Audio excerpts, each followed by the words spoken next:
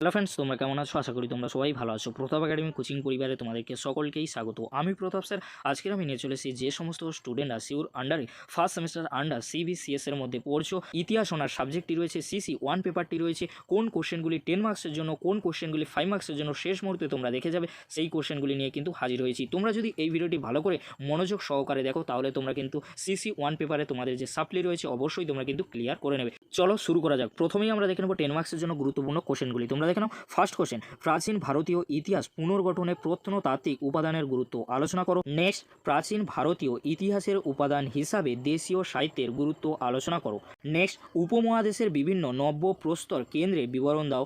Next, মধ্যপ্রস্তর যুগের গুহা শিল্প সম্পর্কে একটি টিকা লেখো। এই যে 4টি কোশ্চেন আমি বললাম, এই 4টি কোশ্চেন কিন্তু 10 মার্কসের জন্য খুবই গুরুত্বপূর্ণ। এরই মধ্যে থেকে তোমরা কিন্তু একটি কোশ্চেন এক্সামে কমন পেয়ে যাবে। নেক্সট কোশ্চেন কি রয়েছে আমরা দেখে নেব, হরপ্পা সভ্যতা পতনের মূল কারণগুলি আলোচনা করো। নেক্সট কোশ্চেন, হরপ্পা সভ্যতার বৈশিষ্ট্যগুলি সংক্ষেপে আলোচনা করো। নেক্সট কোশ্চেন, আর্য সমাজ সম্পর্কে বিশ্লেষণ করো। এই যে 3টি কোশ্চেন আমি বললাম, এই 3টি কোশ্চেনের মধ্যে তোমরা একটি কোশ্চেন 10 মার্কসের জন্য কমন পেয়ে যাবে। নেক্সট কোশ্চেন কি রয়েছে আমরা দেখে নেব, প্রাক ঐতিহাসিক ভারতে শিকারী ও খাদ্য সংগ্রহকারী মানবের খাদ্য উৎপাদক হয়ে ওঠার বিবর্তনের কথা উল্লেখ করো। নেক্সট, পরবর্তী বৈদিক যুগের রাজনৈতিক অবস্থা ঋগ বৈদিক যুগের তুলনায় কিভাবে পৃথক ছিল। নেক্সট, ঋগ বৈদিক যুগের আর্থ সামাজিক জীবন সম্পর্কে আলোচনা করো। এই যে 3টি কোশ্চেন আমি বললাম, এই 3টি কোশ্চেন 10 মার্কসের জন্য খুবই গুরুত্বপূর্ণ। এরই মধ্যে থেকে তোমরা একটি কোশ্চেন 10 মার্কসের জন্য কমন পেয়ে যাবে। নেক্সট কোশ্চেন কি রয়েছে আমরা দেখে নেব, মগধের উত্থানের পশ্চাতে ভৌগোলিক ও অর্থনৈতিক কারণগুলি আলোচনা করো। এই কোশ্চেনটি অনেক সময় কিন্তু ঘুরিয়ে আসে, মগধের উত্থানের কারণগুলি লেখো। এই কোশ্চেনটি কিন্তু খুবই গুরুত্বপূর্ণ রয়েছে। নেক্সট কোশ্চেন কি রয়েছে আমরা দেখে নেব, ভারতে প্রতিবাদী আন্দোলন গড়ে ওঠার পিছনে আর্থ সামাজিক কারণগুলি কী ছিল। নেক্সট, কৃষির উন্নতি বৌদ্ধ ও জৈন ধর্মের পথ প্রশস্ত করেছিল, তুমি কি মনে করো। এই যে 3টি কোশ্চেন আমি বললাম, এই 3টি কোশ্চেন 10 মার্কসের জন্য খুবই গুরুত্বপূর্ণ। এরই মধ্যে থেকে তোমরা একটি কোশ্চেন 10 মার্কসের জন্য কমন পেয়ে যাবে। নেক্সট আমরা দেখে নেব 5 মার্কসের জন্য গুরুত্বপূর্ণ কোশ্চেনগুলি। তোমরা দেখে নাও ফার্স্ট কোশ্চেন, হিস্ট্রি ও ইতিহাসের পার্থক্য নির্ণয় করো। নেক্সট, প্রাচীন ভারতীয় ইতিহাস অনুধাবনে চৈনিক সাহিত্য উপাদানের গুরুত্ব আলোচনা করো। নেক্সট, ভারতে প্রাচীন প্রস্তর যুগের প্রধান বৈশিষ্ট্যগুলি আলোচনা করো।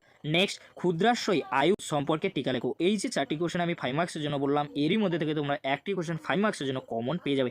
নেক্সট কোশ্চেন কি রয়েছে আমরা দেখে নেব, হরপ্পা সভ্যতা ধর্ম সম্পর্কে একটি টিকা লেখো, বা হরপ্পার বৃহৎ শস্যাগারের অর্থনৈতিক বৈশিষ্ট্য কী ছিল। নেক্সট কোশ্চেন কি রয়েছে আমরা দেখে নেব, বৈদিক যুগে চতুরাশ্রম প্রথার ওপরে একটি সংক্ষিপ্ত টিকা লেখো। নেক্সট, চিত্রিত ধূসর মৃৎপাত্রের বৈশিষ্ট্য কী ছিল। নেক্সট, বৌদ্ধ ধর্মকে কেন প্রতিবাদী ধর্ম বলা হয়। এই যে 4টি কোশ্চেন আমি বললাম, এই 4টি কোশ্চেন 5 মার্কসের জন্য অত্যন্ত গুরুত্বপূর্ণ। এরই মধ্যে থেকে তোমরা একটি কোশ্চেন 5 মার্কসের জন্য কমন পেয়ে যাবে। নেক্সট কোশ্চেন কি রয়েছে আমরা দেখে নেব, জৈন ধর্মের মূল শিক্ষার ওপর একটি সংক্ষিপ্ত টিকা লেখো, 5 মার্কসের জন্য অত্যন্ত গুরুত্বপূর্ণ। নেক্সট, প্রাচীন ভারতীয় ইতিহাসের উপাদান হিসাবে মুদ্রার গুরুত্ব আলোচনা করো। নেক্সট, প্রাচীন ভারতের ইতিহাসের উপাদান হিসাবে বৈদেশিক সাহিত্যের গুরুত্ব আলোচনা করো। নেক্সট, কৌটিল্যের অর্থশাস্ত্রের ওপর একটি টিকা লেখো। এই যে 4টি কোশ্চেন বললাম, এই 4টি কোশ্চেন অত্যন্ত গুরুত্বপূর্ণ। এরই মধ্যে থেকে তোমরা একটি কোশ্চেন মার্কস 5 এর জন্য কমন পেয়ে যাবে। নেক্সট কোশ্চেন কি রয়েছে আমরা দেখে নেব, মেগালিথ মাইক্রোলিথ অষ্টাঙ্গী মার্ক সম্পর্কে একটি টিকা লেখো। নেক্সট, নব্য প্রস্তর যুগের বৈশিষ্ট্য বা নব্য প্রস্তর বিপ্লব বলতে কী বোঝো।